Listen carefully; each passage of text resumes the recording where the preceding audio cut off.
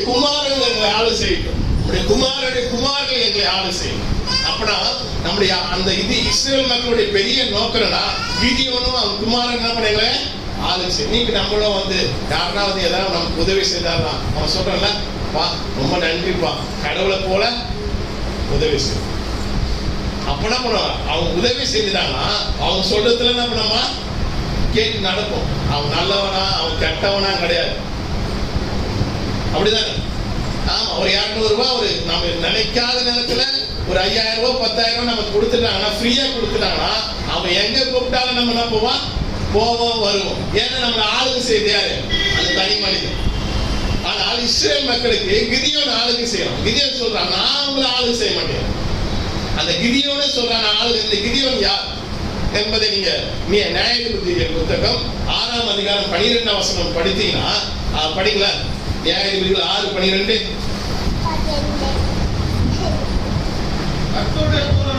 கர்த்தருடைய தூதனானவன் அவனுக்கு தரிசனமாகி, யாரவன் யாரவன் பராக்கிரமசாலின்னா யாரு, கோழியா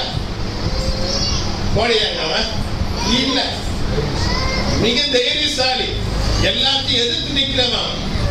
அப்படிப்பட்ட கிதியோன் சொல்றான், நான் ஆளு செய்ய மாட்டவங்கள, என்னுடைய குமாரர்கள் ஆளு செய்ய மாட்டாரு.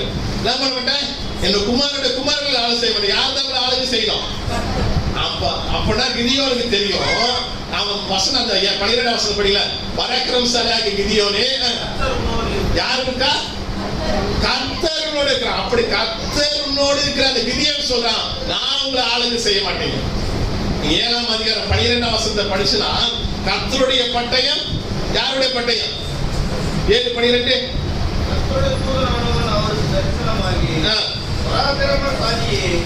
7:18 படிக்கலாம். 18 நானும் என்னோடு இருக்கிற சகலமானவர்களும் எக்காலம் ஊதும்போது நீங்களும் எங்கும் பாளையத்தை சுற்றி எக்காலை ஊதி, கர்த்தருடைய பட்டயம் அங்கே சொல்றான். 7ஆம் அதிகாரத்தில் சொல்றான், நான் ஊதுறையா, இது கிதியோன் பட்டயமே இல்ல, இது யாருடைய பட்டயம்? கர்த்தருடைய பட்டயம். நம்முடைய வாழ்க்கையிலே கிதியோனுக்கு நல்லா தெரியும், நமக்கு ஒரு வெற்றி கிடைக்குதா, நம்ம குடும்பத்தை அடிமைத்தனத்துல இருந்து கர்த்தர் மீட்டிருக்காருன்னா, 7 ஆண்டுகள் மீதியாவுடைய கையில இருந்து நம்ம மீட்டிருக்காருன்னா, அது யார் தான் நம்மளை மீட்டிருக்கார்? யார் தான் மீட்டிருக்கார்? நம்மளையும் தாயின் வயிற்றிலிருந்து பிறந்த நாம், பாவியா இருந்த நாம், இயேசுவின் ரத்தத்தாலே நம்மளை நீதிமானா மாற்றிருக்கார். யார் தான் மாற்றிருக்காரு? கர்த்தர் தான் மாற்றிருக்கார். அவரே நம்மளை நீதிமானாய் மாற்றிருந்தாலே அவர் தான் நம்மளை ஆளுக்கு செய்ய வேண்டும். இன்னைக்கு கொஞ்சம் யோசிச்சு பாருங்க, கர்த்தர் நம்மை ஆளுக்கு செய்கிறாரா? அப்பனா கர்த்தர் ஆளுக்கு செய்யணும். இந்த கர்த்தர் எப்படிப்பட்டவர் என்பதை நாம் அறிந்து கொள்ள வேண்டும். நம்ம நினைக்கிறோம், இந்த இயேசு ஆனவர், இந்த கர்த்தராகிய இயேசு கிறிஸ்து வந்து ஏதோ வயிற்று வலி வந்தது, இந்த வயிற்று வலி என்ன பண்றாரு, அவரு சுகமாக்கிட்டாரு, நான் எனக்கு பேய் குடிச்சிருந்து பேயில இருந்து எனக்கு விடுதலை கொடுத்துட்டாரு, அவ்வளவுதான் நினைக்கிறோம். அப்படிப்பட்ட கடவுள் அல்ல. தண்ணீரை அவர் திராட்சமா சரசமாய் மாற்றினாரு, அதனால அந்த கர்த்தர் மிகப்பெரியவர். அப்படி அல்ல. அவர் சர்வ லோகத்தையும் ஆளுகிற கர்த்தர். ஆமென். அவர் சர்வத்தையும் படைத்த கர்த்தர். அவர் கடலில் இருக்கிற மிருக ஜீவனுக்கு ஆகாரத்தை கொடுக்கிற கர்த்தர். நம்மளுக்கும் ஒவ்வொரு நாளுக்கும் ஆகாரத்தை உடைய கொடுக்கிற கர்த்தர் அவர்தான். இன்னைக்கு கோடிக்கணக்கான மக்கள் ஒருவேளை சாப்பாடு இல்லாமல் பட்டினியா கிடக்கிறாங்க, தெரியுமா உங்களுக்கு? அவங்களுக்கு இருக்கும்போது நமக்கு 3 வேளையும் ஒரு குறை இல்லாதபடிக்கு அவரே நமக்கு ஆகாரத்தை கொடுக்கிறவர். அந்த கர்த்தரை நீங்கள் அறிவீர்களானால் எல்லா மக்களை பார்க்கலும் மேலான மக்களாக இருப்பீர்கள். இன்றைக்கு நம்ம வாழ்க்கையில் ஏன் ஜெபம் பண்ணுதல் குறையா இருக்கிறது? வேத படிப்பதில் ஏன் குறையா இருக்கிறது? தேவாலயத்தில் வருவதில் ஏன் குறையா இருக்குது என்றால், இன்னும் கர்த்தரை அறிகின்ற அறிவிலே நம்ம என்ன பண்ணலாம்? விருத்தி அடையவில்லை. இந்த கர்த்தர் எப்படிப்பட்டவர்? நான் படித்த வேத பாடமாக படிச்ச ஏசாயா 40ஆம் அதிகாரத்தை படிக்கிற சில வசனத்தை மட்டும் காணிக்கிறேன். தயவு செய்து வீட்டில் போயிட்டு ஏசாயா 40ஆம் அதிகாரம், 41ஆம் அதிகாரம், 42ஆம் அதிகாரத்தை நீங்கள் படிப்பிருந்தால் கர்த்தர் எவ்வளவு ஒரு மேன்மையானவர் என்பதை கண்டு கொள்ள முடியும். கர்த்தர் எவ்வளவு வானத்துக்கு மேலாக சிறந்தவர் என்பதை அறிந்து கொள்ள வேண்டும். எல்லா தேவர்களை பார்க்கும் நம்முடைய தேவன் எவ்வளவு ஒரு மேன்மையான கடவுள் என்பதை நீங்கள் இந்த வேதாகமத்திலே நீ கற்றுக்கொள்ள முடியும். 20ஆம் வசனம் படிக்கலாம். 22ஆம் வசனம். யாரு யாரு எது மேல வீட்டிருக்கா? பூமி உருண்டை என்பதை வேதாகமத்தை பார்த்துதான் படித்துதான் விஞ்ஞானிகள் பூமி உருண்டை என்பதை கண்டுகொண்டார். இன்றைக்கு இருக்கிற விஞ்ஞானிகள் கண்டுபிடிச்சாங்க. அவங்களுக்கு கொஞ்சம் சரித்திரத்தை நீங்க படிச்சு பாருங்க. அவங்க வேதத்தை படித்தவர்களா இருப்பாங்க. பூமி உருண்டை மேல யார் வீட்டிருக்கா? யார் இருக்கா? கர்த்தர் வீட்டிருக்கா. அது குடிகள் யாருக்கு? யாருடைய பார்வைக்கு? கர்த்தருடைய பார்வைக்கு. நல்லா கரெக்டா சொல்றீங்க. அப்படியே சொல்லிட்டு வாங்க, அப்பதான் நல்லா இருப்பாங்க. வானங்கள் எதிராக வச்சிருக்கிறாரு. ஆமா, பெட்ஷீட் போல பரப்பி வச்சிருக்காரு. அவர் வரும்போது இந்த வானமும் இந்த பூமி என்ன பண்ணும்போது ஒன்றும் இல்லாத போக போகுது. அது சாம்பலா போக போகுது. ஆமென். தெரியுமா? பேதுரு சொல்றாரு, அவர் வருகையிலே இந்த வானம் எரிந்து இந்த பூமி எரிந்து அது என்ன பண்ணும்போது ஒன்று வெந்து போகுது.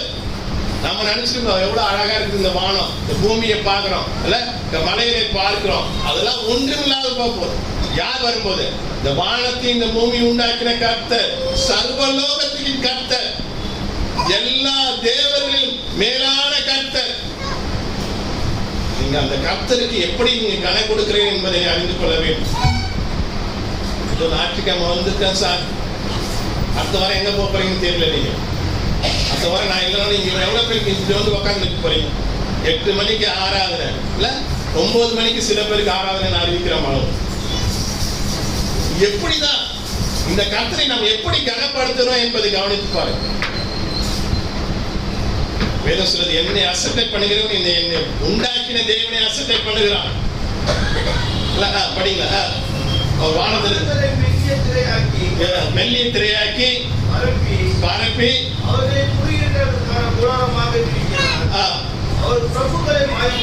அவர் என்ன பண்றாரு? இன்றைக்கு இருக்கிற ராஜாக்களை, பிரபுக்களை என்ன பண்ண போற? மாயம் என்னது?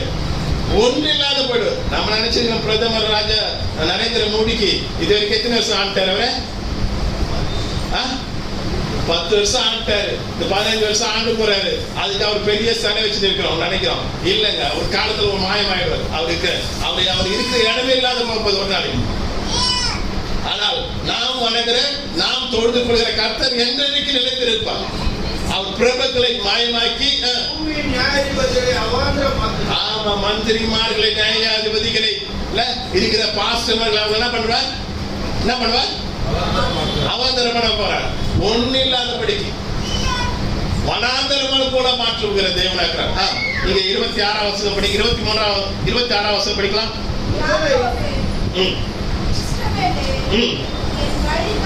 இருபத்தி 25 இப்படி இருக்க என்னை யாருக்கு என்ன பண்ணுங்க? நம்ம யாருக்கு ஒப்பிடுகிறோம்? இப்போ நல்லா சொல்றாங்க, நல்லா கவனிக்கணும். நம்ம யாருக்கு ஒப்பிடுகிறோம்? இப்ப நீங்களா ஆராதனைக்கு வந்தீங்க, அல்லேலூயா.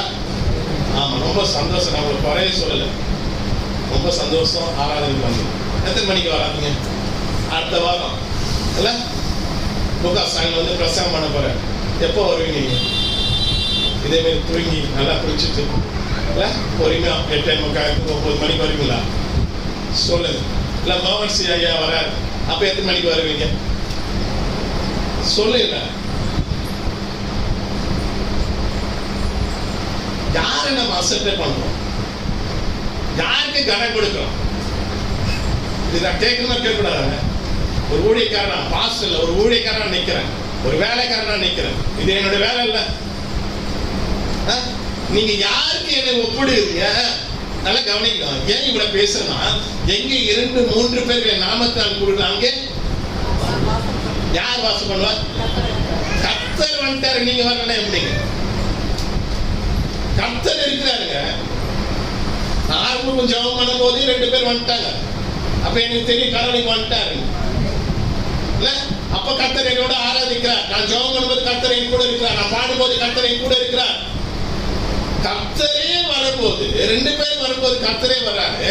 அப்ப இவ்வளவு பேர் நீங்க போன லேட்டா வந்தீங்கன்னா அப்ப யாரை நீங்க அசட்டை பண்றீங்க? இந்த வசனம் அப்படியே சொல்லப்படுறாரு. ஆனா படிக்கலாம், எனக்கு யாரை நிகராக்குவீர்கள்? யாரை முதல்ல படிக்கலாம். இப்படி இருக்க எனக்கு இப்படி இருக்க என்னை யாருக்கு ஒப்பிடுவீர்கள்? என்னை யாருக்கு ஒப்பிடுவீர்கள்?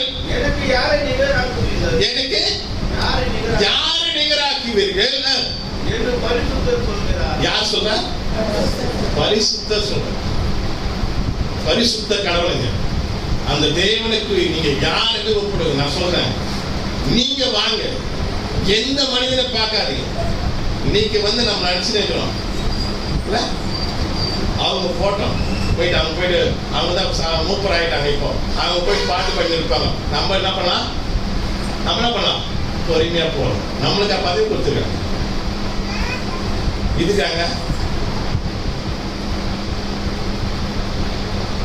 சொல்றேன், நான் இங்க நிக்கிறேன்னா இல்லையோ, ஒரு நாள் கடவுளுக்கு நிற்பான், நியாயத்தில். நான் சொல்றேன், அதுதான் இயேசு சொல்றார், உன் தேவனாகிய கர்த்தரிடத்தில் முழு இருதயத்தோடு, முழு ஆத்மாவோடு, முழு பலத்தோடு அன்பு. அது 3 கட்டமா போகுது. முழு ஆத்மா, முழு அன்பு, முழு வேலை. நமக்கு இது இல்ல. 6 நாள் வேலை செய்யறது தான். நம்ம அதுல எனக்கு எந்த ஒரு குறையும் இல்லை. 6 நாள் வேலை செய்யறது தான். நாட்டியம் கொஞ்சம் தூங்கினா நல்லா தான் இருக்கும். ஆனாலும் பரவாயில்ல, எனக்கு பலவிடம் இல்லை, நான் கர்த்தரை தேட போறேன் என்ற உற்சாகத்தோடு, முழு பலத்தோடு. தாவீது சொல்றது போல ஆலயத்துக்கு வாங்க போங்கன்னு சொல்லும் போது என்ன பண்றேன்? ரொம்ப வருத்தத்தோடு வந்தேன். அப்படியா இருக்குதா? பெரிய மன மகிழ்ச்சிங்க. ஆலயத்துக்கு போது எனக்கு மகிழ்ச்சியே, சந்தோஷமே அங்கதான் இருக்குது. ஏன்? ஆலயத்தில் தான் கர்த்தர் இருக்கிறார். தேவனுடைய ஆலயத்தில் அவருடைய கண்கள் திறக்கப்பட்டு இருக்கிறது, அவருடைய செவி திறந்திருக்கிறது, கவனித்திருக்கிறது. இந்த ஆலயத்துல நீங்க வந்து பாருங்க, உற்சாகமா வந்து பாருங்க. எந்த மனுஷனும் பார்க்காது, எந்த அக்காவையும் எந்த அண்ணனையும் பார்க்காதீங்க. அப்படி பார்க்காம நீங்க வந்து பாருங்க, அந்த பரிசுத்த கடவுள், அந்த சர்வ லோகத்தை ஆளுகிற ஒவ்வொரு நிமிஷத்துக்கும் ஒவ்வொரு மிருக ஜீவனுக்கு ஆதாரத்தை கொடுத்து காட்டு புஷ்பங்களை போஷிக்கிற கடவுள் நம்மளையும் போஷிக்கிற தெய்வமா. ஆமென். நீ படிங்களா? உங்களுடைய கண்களை ஏறெடுத்து பாருங்கள். இன்னைக்கு நீ பார்க்கிற அவைகளை சிருஷ்டித்தவன் யார்? அவர் அவைகளின் சேனையை ஆமா, நீங்க பார்க்கிற ஒவ்வொரு காரியத்தை, அந்த எறும்பு முதல் கொண்டு மிருக ஜீவன் வரைக்கும் அவர் இலக்கத்தின்படி அவர் சிருஷ்டிக்கிற தேவனாக்கிறார். இலக்கும்படி அவர் ஓடி வர செய்கிற தேவனாக்கிறார். அவர் இலக்கத்தின்படி அவர் நடத்துகிற தெய்வமா இருக்கிறார். அவரே எல்லாருக்கும் பேர் பெற அழைக்கிறவரே, அவர் பேரிட்டு அழைக்கிறவரே, அவர் மகா வல்லமையினாலும் அவையில் ஒன்றும் குறையாது இருக்கிறது. 27 வசனம். யாக்கோபே மீட்கப்பட்ட மக்களே, இஸ்ரவேலே என் வழி கர்த்தருக்கு மீட்கப்பட்ட அடிமைகளிடத்திலிருந்து மீட்கப்பட்ட மக்களுக்கு கர்த்தருடைய வழி மறைவா இருந்தது. என்றும் என் நியாயம் என் தேவனிடத்தில் எக்காலம் போகிறது. என்றும் நீ சொல்வானே.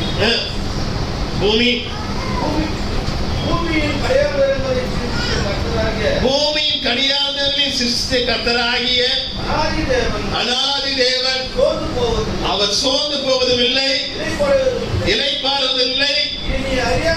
நீ அறியாயோ? நீ இது கேட்டதில்லையோ? அவருடைய புத்தி அவருடைய செயல்கள் ஆராய்ந்து முடியாதது. அவருடைய பார்வைக்கு நீங்க உட்கார்ந்து நீங்க வேதத்தை படிச்சு பாருங்க, நேரத்தை வேதத்துக்கு நேராக செலவிட்டு பாருங்க. அந்த மகிமையான கர்த்தர், அந்த வல்லமையான கர்த்தர் உங்களுக்கு இன்னும் வெளிப்படுவார். நீங்க நம்ம உட்கார்ந்து எப்படி இந்த கடன் பிரச்சனை தீர்க்கலாம், யார் நமக்கு உதவி செய்வான்னு தான் உட்கார்ந்து என்ன பண்ணிருக்கா, கவலைப்பட்டு கொண்டு இருக்கும். இல்லங்க, நீங்க கர்த்தரை நீங்க அறிகின்ற அறிவிலை நீங்க செயல்படுங்க. உங்களுடைய எல்லா பிரச்சனையும் கர்த்தர் மாற்றுவார், உங்களுடைய சூழ்நிலையை மாற்றுவார். தேவனை அறிகின்ற அறிவிலை, தேவனுக்காய் காத்திருக்கிறவர் ஒரு நாள் வைக்கப்பட்டு போவதில்லை. எப்போ? தேவனை அறிந்து கொள்ளும் போது. கடைசி 28 வசனத்தை படிக்கலாம்.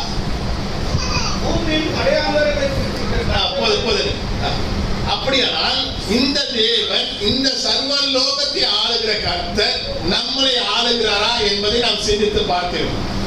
நல்லா படிக்கணும். ரோமர் 13ஆம் அதிகாரம் 1ஆம் வசனம் சொல்கிறது, ராஜாக்களை ஏற்படுத்துகிறார் அவர்தான், அதிகாரிகளை ஏற்படுத்தவர் யார் தான் ஏற்படுத்துறார்? கர்த்தர் தான் ஏற்படுத்துறார். ரோமர் 13ஆம் அதிகாரம் 1ஆம் வசனம். அப்படி கர்த்தர் ஏற்படுத்துவாரானால் இன்றைக்கு நம்மளை கர்த்தர் ஏற்படுத்தி நம்மளை ராஜாக்களாக ஆசாரி கூட்டமாக கர்த்தர் இந்த இடத்துல உட்கார வைத்திருக்கிறார். ஆமென். அவர்தான் நம்மளை வைத்திருக்கிறார். இந்த உலகத்தில், இந்த கிராமத்தில், இந்த கலைஞர் தெருவில், காந்தி தெருவில், அழகேஷ் நகரில், தாராவூர்ல இவ்வளவுதான மக்கள் இருக்காங்க. இங்க இருக்கிற 4 சபைக்கு போற மக்கள் தானே இருக்காங்க. வந்து பாருங்க எவ்வளவு மக்கள் பக்கத்தில் இருக்கிற கோயிலுக்கு வந்து கொண்டிருக்காங்க. அவங்களுக்குலாம் தெரியாத கடவுள் உங்களை மட்டும் தெரிந்து கொண்டார்களா? கர்த்தர் உங்களை ஆளுகை செய்கிறார். கர்த்தர் உங்களை ஆளுகை செய்வார்கள். உங்களோட வாழ்க்கை எப்படி இருக்கும்? 3 காரியத்தை நான் சொல்றேன். கர்த்தர் உங்களை ஆளுகை செய்வார்கள், கர்த்தர் உங்களை நடத்துவார்கள். உங்களோட வாழ்க்கை எப்படி இருக்கணும் என்பதை நாம் அறிந்து கொள்ள வேண்டும். கிதியோன் சொல்றான், நான் ஆள மாட்டேன், என் குமாரர்கள் ஆள மாட்டாங்க, என் குமாரர்கள் குமாரர்கள் ஆள செய்ய மாட்டாங்க, கர்த்தரே உங்களை ஆள செய்யும். கர்த்தரை நான் சொல்றேன், இன்னைக்கு நம்முடைய சபையை கர்த்தர் ஆளுகை செய்ய வேண்டும். எந்த உதவிக்காரன், எந்த மூப்பரை, எந்த ஊழியக்காரன் நம்ம சபை என்ன பண்ணுறத ஆளுகை செய்யக்கூடாது. யார்தான் ஆளுகை செய்யணும்? யார்தான்? கர்த்தர் தான். கர்த்தர் ஆளுகை செய்வானால் அந்த சபையுடைய விசுவாச மக்கள் எப்படி இருக்கிறது என்பதை அறிந்து கொள்ள வேண்டும். முதலாவதாக ஒரு தனி மனிதனை கர்த்தர் எப்படி ஆளுகை செய்யணும்? ஆளுகை செய்வானால் கர்த்தர் அந்த தனி மனிதனை கர்த்தர் ஆளுகை செய்வானால் அவன் வாழ்க்கை எப்படி மாற்றப்படும் என்பதை நான் பார்க்க போறோம். இப்ப உங்களுக்கு தெரிஞ்ச அப்போஸ்தலர் 9ஆம் அதிகாரத்தில் சவுல் என்ற ஒரு மனிதன் இருந்தான். அந்த சவுல் யாரெல்லாம் இயேசு கிறிஸ்துவை அறிவிக்கிறார்களோ அந்த மக்களை துன்பப்படுத்துவதே அவனுடைய நோக்கமா இருந்தது. அவன் ஒரு சாதாரண மனுஷன் அல்ல. கமலே பாதத்தில் உட்கார்ந்து வேதத்தின் முறைப்படி படித்தவன். அவன் தகப்பனார் மிகப்பெரிய கப்பல் அதிபதி. அவனுடைய நோக்கம் எல்லாம் யாரெல்லாம் இயேசுவை அறிவிக்கிறார்களோ அவனை துன்பப்படுத்துதான். அப்படி துன்பப்படுத்துற அந்த மக்களுக்காக, துன்பப்படுத்துவதற்காக தன் வாழ்க்கையை அர்ப்பணித்து ஓடிக்கொண்டிருந்த அந்த சவுலை கர்த்தர் சந்திக்கிறார். அப்போஸ்தலர் படிக்கலாமா? அப்போஸ்தலர் 9ஆம் அதிகாரம் 3ஆம் வசனத்தை படிக்கலாம். அவன் பிரயாணமா போய் சமைத்த போது சடிதிலே வானத்திலிருந்து அவனை சுற்றி அவனை பிரகாசித்தது. அவன் தரையிலே விழுந்தான். அப்பொழுது சவுலே சவுலே ஏன் என்னை துன்பப்படுத்துகிறார் என்று தன்னுடனே சொல்லுகிற சத்தத்தை கேட்டான். அதற்கு அவன் ஆண்டவரே நீர் யார் என்று கேட்டான். அதற்கு கர்த்தர் நீ துன்பப்படுத்துகிற இயேசு நானே என்றான்.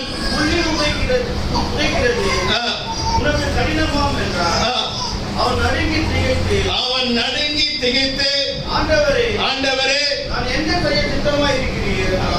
நல்லா கவனிக்கணும். இவன் ஒரு பெரிய நோக்கத்துக்காக ஓடிக்கொண்டிருக்கான். நடுவில் கர்த்தர் அவனை தடுத்து நிறுத்துகிறார். அவன் எடுத்து அவனோட பேசுகிறார். அவனை கீழே தள்ளுகிறார். அவன் போன வழியை, அவன் போற நோக்கத்தை அவன் கர்த்தர் கீழே தள்ளுகிறார். தள்ளிட்டு கர்த்தர் பேசுறாரு, நீ துன்பப்படுத்துற. யார்? இயேசுவை அவன் துன்பப்படுத்தினா? நல்லா கவனிக்கணும். யாரை துன்பப்படுத்தினா? எந்த மக்களை? எந்த மக்களை? யாரெல்லாம் கிறிஸ்தவர்கள் வணங்குறார்களோ, யாரெல்லாம் இயேசுவை வணங்குறார்களோ. இயேசுசாமி சவுல்கள் சொல்றாரு, நீ துன்பப்படுத்துற இயேசு, நீ துன்பப்படுத்துற ஆண்டவர். அப்படின்னா யாரெல்லாம் கடவுளுடைய மக்களாய் வாழ்கிறார்களோ, கடவுளுக்காய் வாழ்கிறார்களோ அவர்களை தொடுகிறவன். யாரை தொடுகிறான்? இயேசுசாமி. இன்றைக்கு உங்களை தொடுகிறவன் கர்த்தரை தொடுகிறவனா இருப்பானா? நான் சொல்றது புரியுதா உங்களுக்கு? கொஞ்சம் யோசித்து பாருங்க. பிரச்சனைகளுக்கு வருகிறது, கஷ்டம் வருது, நீங்க அழுகிறீங்க. அந்த அழுகை யாரை துன்பப்படுத்துவதா? அவர் சொல்றாரு, நீ துன்பப்படுத்துற இயேசு நானே, மொழியில் உதைத்து உனக்கு கடினமா அப்படி சொல்லிட்டு அவன் கூட பேசணும்னு அவன் சொல்ற, ஆண்டவரே நீ யாருன்னு கேட்கிறான். நீ கிறிஸ்துன்றாரு. அவன் கேட்கிற 6ஆம் வசனத்தை, நான் என்ன எவ்வளவு நாள் ஆச்சு? எப்பதாவது நீங்க கேட்டிருக்கீங்களா? கடவுள் சவுலை ஆளுகை செய்கிறார். நல்லா கவனிக்கணும். கடவுள் யாரை ஆளுகை செய்கிறார்? சவுலை ஆளுகை செய்கிறாரு. அவனுடைய நோக்கங்கள், அவனுடைய திட்டங்கள், அவனுடைய விருப்பங்கள் எல்லாம் யார் இடத்துல போனது? தேவனுடைய விருப்பமாய் போச்சு.